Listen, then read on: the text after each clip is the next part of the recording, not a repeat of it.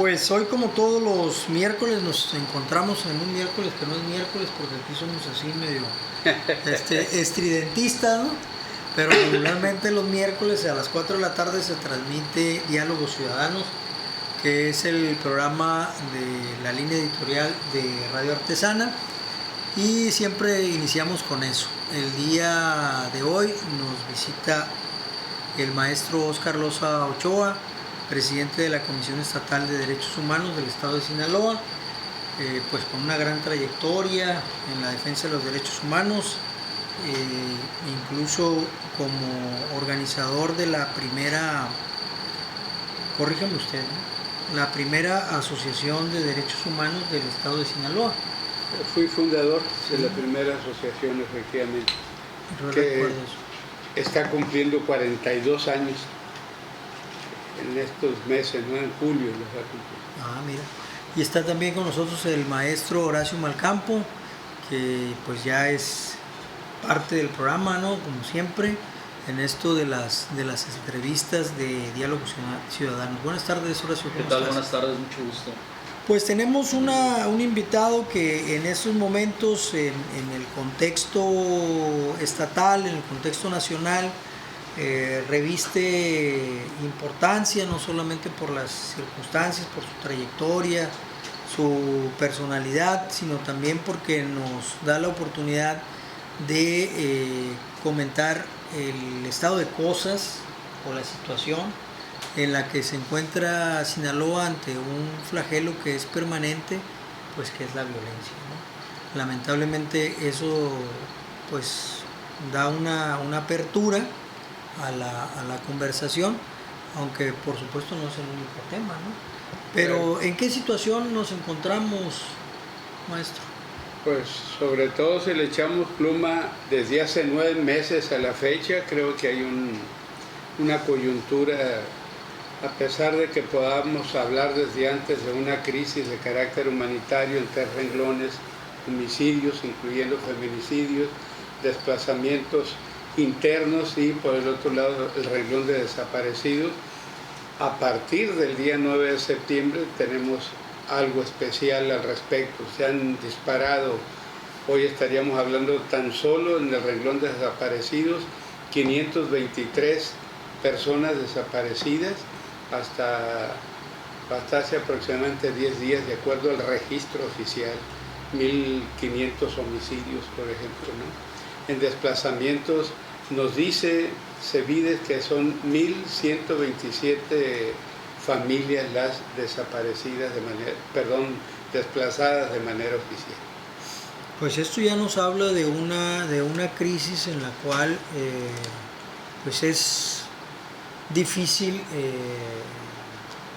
intervenir, en la cual es complicado dar un paso, pero en la que es necesario siempre llamar a la cordura, al diálogo, ¿no? No es la primera situación en donde el cártel de Sinaloa entra en un conflicto.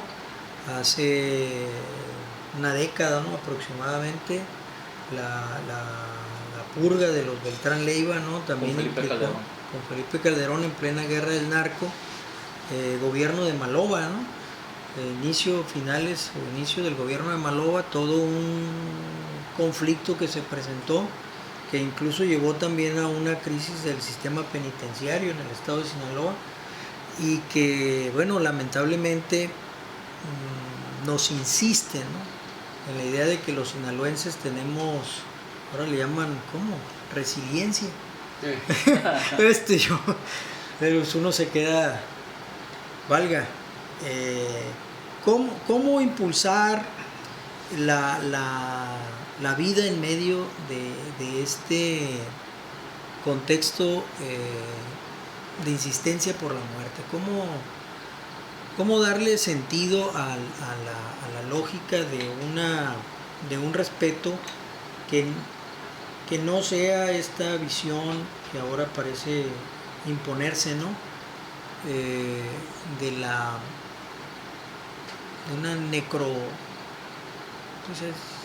una condición de necropolítica, ¿no?, en donde se promueve y se beneficia además de escenarios pues que revientan todo el tejido social.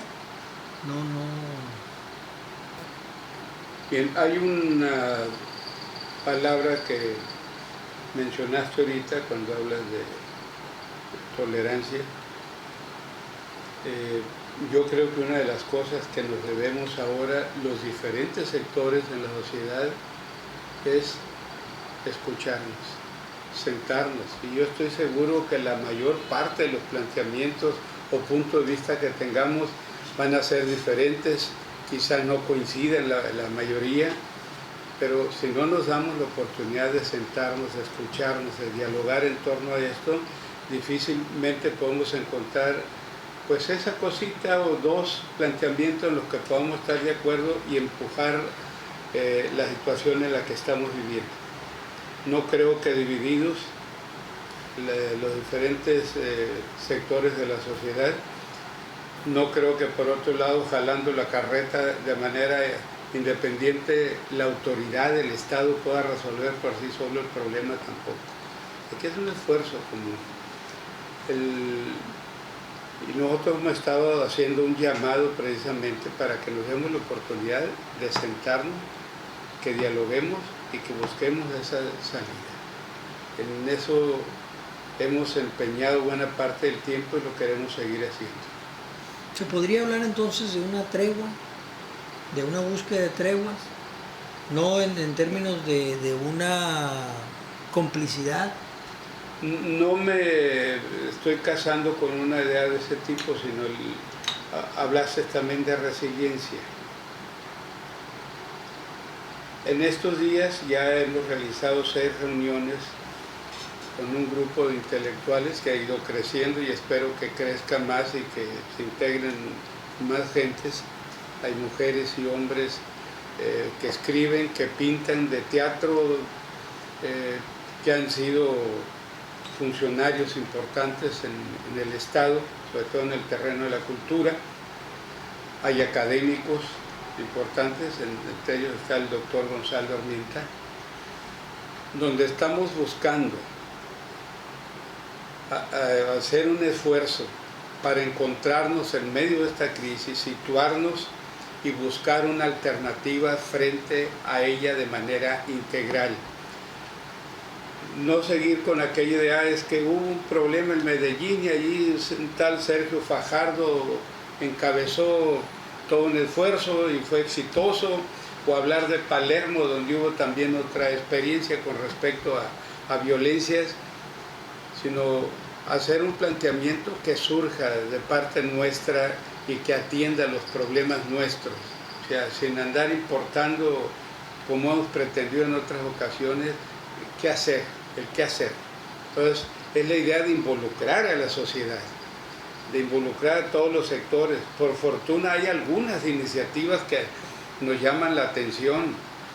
Las madres con hijos desaparecidos no se han cruzado de brazos, por más que no estén de acuerdo en todos los puntos por donde están marchando, pero hay algo esencial, esa resistencia que ellos tienen frente a este tipo de problemas.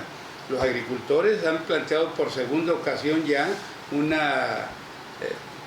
algo del interés de ellos de cómo enfrentar la situación con el apoyo de la autoridad, pero no son los únicos, pues hay otros sectores importantes que han estado planteando desde su punto de vista es una salida, y yo creo que lo que hay que hacer es acercar esos esfuerzos. Darle la oportunidad para que se den, se precipiten. Claro. Muy bien, nosotros tenemos la dicha de tener mucho público joven, ¿no? Universitario. A este público de jóvenes que están entre los 17, los 25 años, les ha tocado nacer, crecer en un Sinaloa convulso, porque precisamente son estas generaciones que vienen desde Fox, ¿no? desde el 2000 hasta la fecha, en sus más de 4 décadas dedicándose al rescate y a la defensa de los derechos humanos. ¿Usted cómo ha ¿Qué diferencias notan en relación al trato, a la defensa de los derechos fundamentales de los individuos en estas 4 décadas, de lo que usted vio al inicio y lo que está viendo y viviendo en este momento? Bien, los años 70, o sea, antes que surgiera la Comisión de Defensa, bueno, yo participé en movimientos sociales, entre otros, pues junto con las madres a partir del 1977, me tocó obviamente conocer los efectos de la Operación Cóndor, la desaparición de personas, tanto las que estaban relacionadas con el activismo social como civiles que no tenían absolutamente nada que ver con esto, sino con cosas de delitos, ¿no? Pero me tocó vivir esa etapa. No había legislado nada al respecto. Hasta 1978 logramos que se aprobara la ley de amnistía para los presos, perseguidos, exiliados y desaparecidos políticos. Fue la primera vez que, como parte de la reforma política en el país, surge una legislación que permite pues, la libertad, el cese de la persecución, el regreso de los exiliados y la presentación de una parte de los desaparecidos. La otra hasta la fecha no se ha resuelto, ¿no? Pero hoy, si en aquel entonces, por ejemplo, nosotros nos quedamos en Sinaloa con una deuda de 42 desaparecidos y se nos hacían muchos, pues hoy con toda la legislación que existe, tanto para la comisión de búsqueda como una ley sobre desapariciones forzadas, una ley y una comisión de atención a víctimas del delito, con todo ello, y que hay agencias especializadas precisamente en el problema de desaparición forzada. Con todo eso, hoy hablamos de miles, de decenas de miles cada año de personas desaparecidas. Entonces, si hablamos en general de claroscuros, hoy diría que el reto es superior porque ahora es masiva. Incluso yo veo un serio problema, estaba insistiendo en que Argentina, Brasil, Uruguay, Paraguay, Chile, entre otros países, lograron no solo echar abajo las dictaduras militares que fueron las que provocaron las desapariciones forzadas allá, y nosotros en haberlas tenido no hemos, porque aparte fueron capaces de detener el fenómeno y nosotros no podemos hacerlo. O sea, ¿qué es lo que está atrás de todo ello? Eso es una situación extraordinaria que implica básicamente el uso de la violencia por la violencia, ¿no? Y estos mecanismos de conflicto pues poco o nada tienen que ver con un escenario de confrontación ideológica. Aquí lo que hay básicamente es un negocio que tiene características ahora de control territorial y que está implicando, pues como en el caso del sur, el cobro de piso, ¿no? Y las implicaciones que ello ha llevado en la pérdida de la institucionalidad del Estado mexicano, que se ha venido debilitando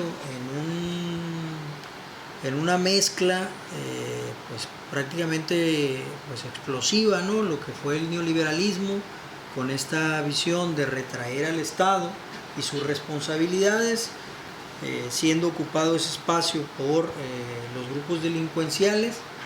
Y ahora el Estado mexicano tiene pues desde mi punto de vista, ¿no? Tiene una debilidad institucional que no le permite convivir con las comunidades y dialogar con ellas de una manera cercana, ¿no? Ven al gobierno mexicano muy lejos, ¿no? Y lo ven también muchos colectivos lo ven como cómplice, ¿no? Recordemos lo que ha pasado recientemente, ¿no? El caso de Jalisco, de la hacienda, ¿no? Recordemos cómo la madre buscadora, ¿no? lamentablemente es asesinada, ¿no?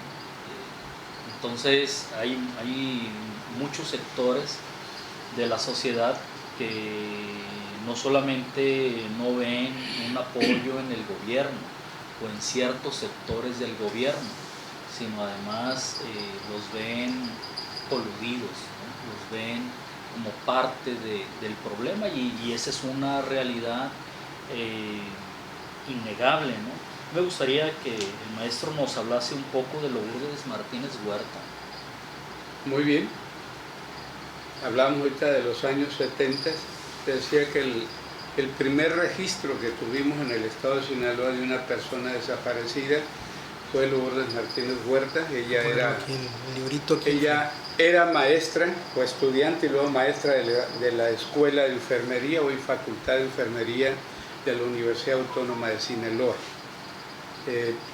Ella fue activista por la defensa de la autonomía de la Universidad Autónoma de Sinaloa y luego en la radicalización que se da ahí entre muchos jóvenes de aquella época, ella también lo hizo. Le comentaba aquí al maestro Horacio Malcampo que ella es parte de una familia que del activismo social pasaron a ser también guerrilleros, ¿no?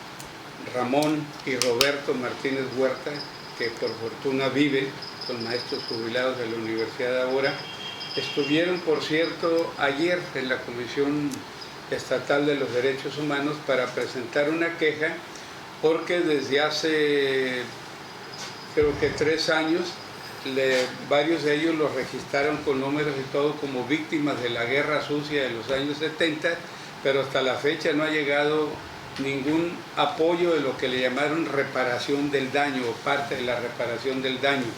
Entonces, pero en el caso de Lourdes, pues sencillamente desaparece en un mayo de hace 50 años, ¿no? Parece ser que ella había sido comisionada al estado de Durango por parte de su organización y ya no vuelve. Una de las cosas que nos impactaron a muchos es que Lourdes iba embarazada incluso, ¿no? Entonces no se sabe ni de ella ni de la criatura que llevaba en su vientre. Ya ven que en Argentina las madres, las abuelas ahora de la Plaza de Mayo lograron que pues de las parejas que habían desaparecido, que llevaban bebés en los brazos o mujeres que iban embarazadas y que nacen sus hijos y luego los dan en adopción a gente ajena a la familia, lograron recuperar a muchos de esos niños. Aquí pues no hay una huella a seguir, ¿no? Desgraciadamente, pero quisimos refrescar la memoria en este librito. Allí hay un poema de Tito, de Víctor Joel Armenta, ¿no? Mazatleco, maestro, sí. Mazatleco por Upes. Adopción, porque es de acá de Angostura, ¿no? Sí, maestro Upes, ¿no? Maestro de la Upes. Sí, efectivamente. Y luego de una de las compañeras de ella, Eunice, la esposa de Juan Guerra. Ella convive con ella los últimos meses y escribe un testimonio, ahí lo van a encontrar. Y hay algunos otros de gente que la conocieron de cerca también, y allí está ese testimonio. Y una sobrina que sin haberla conocido lleva el nombre de ella también, pero hace memoria de todo ese contexto familiar que ella vive post la desaparición de Lourdes. En ese momento estamos hablando de una confrontación de carácter ideológico y que busca los años 70 pues un cambio de régimen social y la llegada de una sociedad comunista, ¿no? Ahí había toda una fundamentación de sacrificio. Aquí, sin embargo, vuelvo yo sobre las circunstancias, porque no fue solamente en México, ¿no?, donde se presenta una desaparición sistemática de luchadores sociales, sino en toda América, ¿no? Y se puede plantear que dentro de las guerras o las luchas, ¿no?, anticoloniales que siguieron en esos periodos, después en África, ¿no? O en otros países de Asia, pues continuó un proceso de participación social bajo banderas e ideologías. El neoliberalismo, sin embargo, planteó el fin de la historia, el fin de la geografía y el fin de la ideología, ¿no? Adiós con todo esto y a salvarnos cada quien como podamos, ¿no? Y bueno, este escenario en donde también aparece después del 91 tres aspectos a considerar en la caída del muro de Berlín como nuevos acuerdos mundiales, ¿no? Que estamos hablando de derechos humanos, estamos hablando de medio ambiente o de ambiente, ¿no? Protección del ambiente y género. Estos tres conceptos aparecen en la agenda mundial como el gran acuerdo de los años, bueno, del 92 en la cumbre de Brasil. Y a partir de ahí México, que no tenía Comisión de Derechos Humanos, con Salinas de Gortari, hace la apertura, ¿no? De la Comisión Nacional de Derechos Humanos, de la Secretaría del Medio Ambiente, y bueno, el tema de género quedó así como que un poco ambiguo, ¿no? El tercer hecho orden de los beisbolistas. Sí, ¿no? Y es el gran tema del 2010 para acá, ¿no? A nivel mundial, el tema del género. Y sin embargo los números pues son extremos, ¿no? En términos de el Estado interviniendo con toda la visión de las dictaduras, con toda la visión anticomunista, con toda la visión de contención del comunismo, tenemos a un Estado que estaba muy cercano en términos históricos de siglo, a la Segunda Guerra Mundial, al fin de la Segunda Guerra Mundial, y tenemos ahora un Estado muy lejano a esa perspectiva, en donde se buscaba rescatar la humanidad que se había perdido. Recuerdo el texto de Anhelo de Vivir, y toda la declaración, ¿no? De las Naciones Unidas, la fundación incluso de las Naciones Unidas. ¿Será que la humanidad olvidó las atrocidades de una guerra abierta y ahora tendremos que volver a recuperar eso? Sí, nunca hay garantía de caminar en línea recta desde el punto de vista de la historia, pues de repente hay saltos atrás. Hace algunos años difícilmente, con todo el autoritarismo que a nivel global ha impuesto los Estados Unidos, no hubiéramos imaginado tan fácilmente esa actitud de Trump aquí en Canadá, por ejemplo, ¿no? Pero ahora es posible, ¿no? Hay algunos que lo pusieron como chivo en cristalería, dicen, ¿no? Pero pues muy preocupante, y cada época tiene que replantearse en muchos aspectos el volver a humanizar varias cosas. Tienes razón, por ejemplo, la Convención de Viena, que fue el 93, junio de 1993, plantea el asunto de los derechos humanos, y no solamente para que los estados legislen al respecto, sino incluso para que haya una actitud frente a los organismos de derechos humanos, incluidos los no gubernamentales, no solo de respeto, sino también de apoyo a ellos, que no se ha dado, pues, pero lo plantea la Convención de Viena de 1993, ¿no? Luego, bueno, se repite en algunos otros lugares y hay legislación, lo de Belén do Pará sobre las cuestiones de las mujeres, etcétera, etcétera. Pero yo siento que efectivamente la humanidad tiene que replantearse cada tanto tiempo el volver otra vez hacia el vértice de las cosas para replantearse la existencia y de cómo defenderla de mejor manera ahora. Algo viejo, estoy recordando aquí un texto de Federico Engels con respecto a la a la explotación desmedida que hace Inglaterra de Irlanda. Se llama la crisis, bueno, en español, en cristiano, la crisis de Irlanda, donde plantea cómo obliga a la población irlandesa e Inglaterra a la explotación de la ganadería y de solo un cultivo que era el trigo para poder abastecerse de esos dos alimentos. Y esto hace entrar en una seria crisis no solamente alimentaria para la población originaria de Irlanda, que solo podía consumir papas porque no podía ni comer la carne ni el trigo que trabajaban, y entra una hambruna porque vino una plaga sobre la papa y de repente no tuvieron para alimentarse. 1 millón de irlandeses fallecen y otro millón tiene que emigrar hacia los Estados Unidos, es el origen de la migración irlandesa.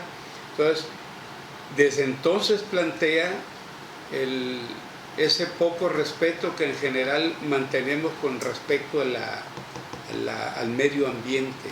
Entonces, hoy se rescata por muchos, no solo filósofos, activistas, etcétera, etcétera, científicos, la importancia que tiene el medio ambiente y que hay que cuidarlo, ¿no? Yo estoy haciendo memoria aquí también de una revista que en aquel entonces, en mi época de estudiante, batallábamos para conseguirla, sobre todo en español, que se llama Monthly Review, que hoy dirige precisamente un ecologista, de haber estado en Berkeley y ahora está en Nueva York, pero creo que siguen la misma filosofía que en aquel entonces era de Paul M. Baran, de Paul M. Sweezy, de Harry Magdoff y una señora que bueno, está en Berkeley, pero está ahí con ellos, aquella activista negra de los Estados Unidos a la que le canta el poeta cubano, ¿cómo se llama? Angela Davis. De eso hago recuerdo porque hoy mantienen una política de buscar promover el respeto al medio ambiente. Sí, y en la crisis, sobre todo en la crisis supremacista, en donde la visión norteamericana es negar la crisis ambiental, negar la crisis humanitaria, porque permite que Israel bombardee a Gaza pues, de manera indiscriminada, ¿no? No solamente eso, sino que justifica los bombardeos a Irán y plantea prácticamente una negación a resolver por la vía de los hechos la guerra en Ucrania, ¿no? Entonces el mundo que se planteaba el siglo XXI como el siglo de la paz, pues aquello voló por los aires, ¿no? Terminó volando por todas partes y comienza con una mentira tras otra. Ahí, en la primera, Irak tiene bombas nucleares. Las Torres Gemelas, ¿no? Y vámonos recio a comenzar este siglo en guerra, ¿no? Y de paso, pues, toda la guerra que se desata contra el narco, ¿no? Que nosotros la vivimos y que en un momento determinado este escenario nos lleva justamente a cómo se sembró una deshumanización. Y nuevamente, esa deshumanización nos lleva también a considerar quiénes son los que están participando en esta nueva coyuntura, que justamente son los que ha mencionado Horacio, ¿no? Jóvenes entre 14 y 20 años, que son estadísticamente los que más han sufrido esta situación de violencia, en estos momentos de violencia extrema en Sinaloa, ¿no? Sí. Pero antes, durante todo el periodo de la llamada y declarada guerra del narco de Felipe Calderón, pues también fueron los que estuvieron en la estadística. Yo me atrevo a preguntar, ¿son formas de control demográfico? ¿Son falsas estos conflictos? ¿Son sembrados estos conflictos? ¿Están tan lejanas la escala de toma de decisiones que no podemos intervenir en la solución? no se ha enraizado los derechos humanos en los sinaloenses, en los mexicanos, como para sentarnos en una mesa y decir, basta. Pues comienzo por eso último. Yo creo que es posible, no para la próxima semana, pero son de las cosas que hay que trabajar, y creo que a mediano plazo, para hablar en los términos de John Maynard Keynes, porque decía que a largo plazo todos estaremos muertos, ¿no? Entonces, hablemos de medio plazo, que sí es posible que lo podamos hacer. La guerra es un negocio, ¿no? Y muchos han dicho que los gringos pueden vendernos las armas con las que incluso podemos ser capaces de matarlos a ellos, pero hacen el negocio antes. Y aquí ha habido dos elementos a los que, bueno, gente como Edgardo Buscaglia y otros especialistas en el problema de lavado de dinero y del narcotráfico, etcétera, han señalado. Más allá de que haya oferta, pues hay una demanda muy fuerte en un mercado grande, donde funciona un sistema financiero a nivel internacional que con todo, y Basilea I, y Basilea II y Basilea III, con todos los reglamentos que haya, es una banca que permite el lavado de dinero de manera masiva. Y uno dice, ¿casualidad? Pues no, o sea, es parte del negocio, pues, porque hay paraísos fiscales habiendo tanta reglamentación con respecto al funcionamiento de la banca. O sea, es posible. Hasta el Banco del Vaticano, después de las Basileas, siguió funcionando a como ellos querían hacerlo, solo que los llamaron a cuentas y tuvieron que, de alguna manera, adecuarse a esa situación de las Basileas. Pues, todo el mundo sabe que el HSBC fue multado el 2012 con aproximadamente 1.800 millones de dólares, pero porque habían lavado en un solo año y en dos países, México y Colombia, aproximadamente, bueno, fue lo que les descubrieron, 20.000 millones de dólares. No deja de ser un buen negocio, una multa de 1.800 para todo lo demás que fue ganancia, y que Edgar Buscaglia dice que equivale a menos de una semana de las ganancias de ese banco a nivel internacional. Entonces, pero por el otro lado está la cuestión de la venta de armas, pues también es un negocio. Y aquí recuerdo yo que México ha demandado en 2 ocasiones a fabricantes y a traficantes de armas ante cortes de los Estados Unidos. La primera en Massachusetts, y la corte lo declaró no procedente. Y luego, como el 2022 con Joe Biden se va a aprobar una ley de seguridad comunitaria donde se declara delito federal el tráfico de armas, pues desde Marcelo Ebrard dijo, de aquí somos, ¿no? Entonces vuelven a demandar en octubre del 2022, pero en una corte de Arizona, a los fabricantes y comerciantes de armas, o traficantes, y estamos esperando, ahora para julio hay una audiencia, pues estamos esperando de que va a resolver la corte, con la esperanza lejana, pero con la esperanza de que puedan la corte decir que sí procede la demanda de nuestro país. Por lo pronto, lo que Marcelo dijo el 2022 en octubre es que aproximadamente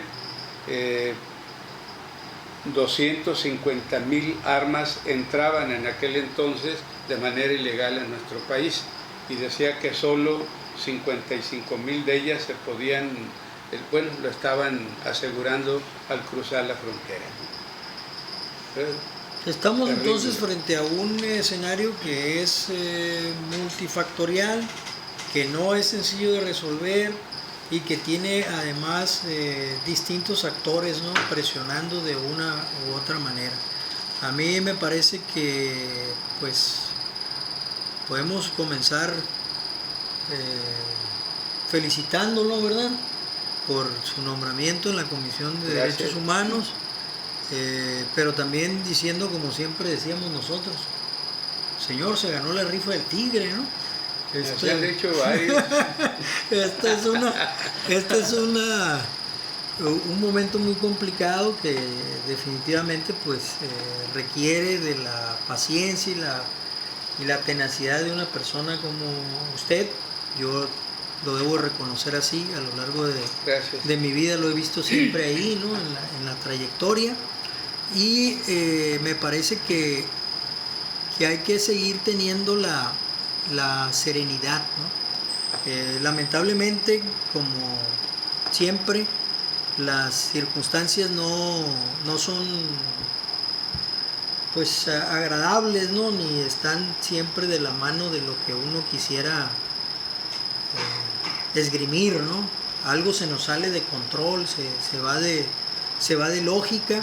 Yo he estado atento a los últimos conflictos que ha habido alrededor de la Comisión de Derechos Humanos, los señalamientos, la propia declaración que hizo alrededor de estos señalamientos por parte de mujeres, no recuerdo el nombre, la verdad, del personaje, pero a mí me parece que la manera en cómo ha contestado pues ha sido a su estilo, siempre tranquilo, sereno, y pues eso es lo que se requiere. Me sorprende, sin embargo, que en otros contextos, en otros momentos, el acompañamiento de los medios de comunicación alrededor de los derechos humanos siempre había sido en bloque, y en estos momentos parece como que la crisis también es de comunicación. Veo una crisis de comunicación ahí. No sé si porque los medios estén buscando el amarillismo, ¿no? Que pues es válido en los tabloides, ¿verdad? Pero también me parece que en un momento determinado el uso faccioso de la ley pues debilita al propio Estado mexicano, ¿no? El lawfare, así se le denomina en inglés, ¿no? Lawfare. Y bueno, pues a mí me parece que en todo caso lo que debe haber siempre es, antes le llamaban detener la crispación, ¿sí? Detener un ambiente de crispación, que ahora pues lejos de ayudar, pues asume una postura complicada, ¿no? Sí, sobre todo en estos momentos, ¿no? Que está viviendo Sinaloa, donde la población pues vive en un estado de incertidumbre total, ¿no? Pero pues a mí me parece que es justamente en este momento, parece que ha sido atinado su nombramiento, sobre todo por la experiencia, ¿no? Por la experiencia y la trayectoria, porque en este momento Sinaloa necesita personas serias, maduras, experimentadas, pero también con una visión crítica e imparcial de la situación que se está viviendo. Sí, por eso sorprenden los mecanismos de desprestigio, ¿no? A mí me preocupa mucho eso, y en todo caso lo veo como mecanismos que debilitan a la propia estructura institucional del Estado. Eso es lo que debe preocupar, porque en la medida en que debilitemos las instituciones no tenemos otras. Es obvio que nos quedamos en una situación de mayor orfandad frente a una crisis que pues, nos ha rebasado en varios aspectos y que no hemos podido no solo detener, resolverla, que es lo más importante. Sí, ahí es donde tenemos que actuar. Pues el tiempo siempre va en nuestra contra, nos genera un conflicto, otro, y la escena misma en la que nos encontramos, el tiempo es siempre un factor, ¿verdad? Yo le agradezco mucho, maestro, que haya estado aquí con nosotros. Tenemos como siempre nuestro reconocimiento, tiene nuestro reconocimiento por esta trayectoria y su participación. ¿Algo más que quiera comentar? Pues en primer lugar, que al sentarme aquí, al verlo usted, me acordé de dos cosas. Una, pues del maestro Francisco Morales, con quien compartí inquietudes en el sindicato de profesores e investigadores de la universidad.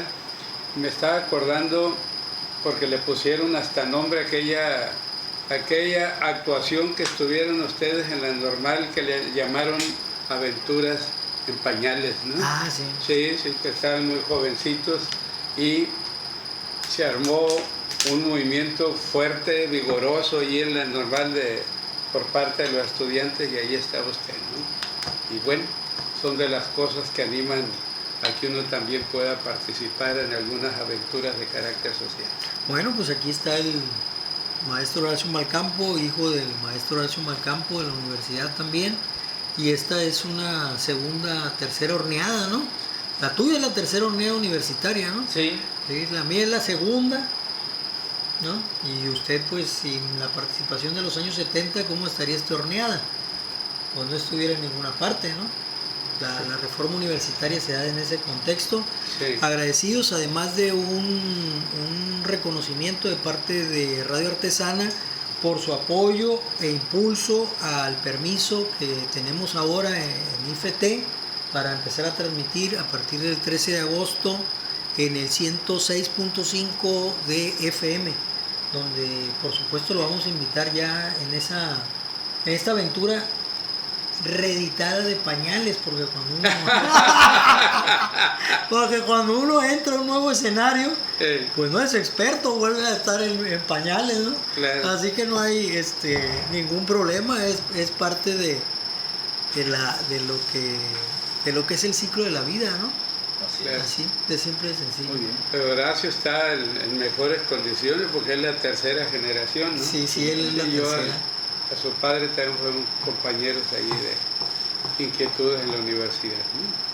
Sí, ahí estamos. Este es entonces un espacio, Diálogo Ciudadano agradece la comunicación, la plática, la conversación con el maestro Óscar Loza Ochoa, presidente de la Comisión Estatal de Derechos Humanos, siempre recordando que es mejor tener un punto de apoyo que no tener absolutamente nada, ¿verdad?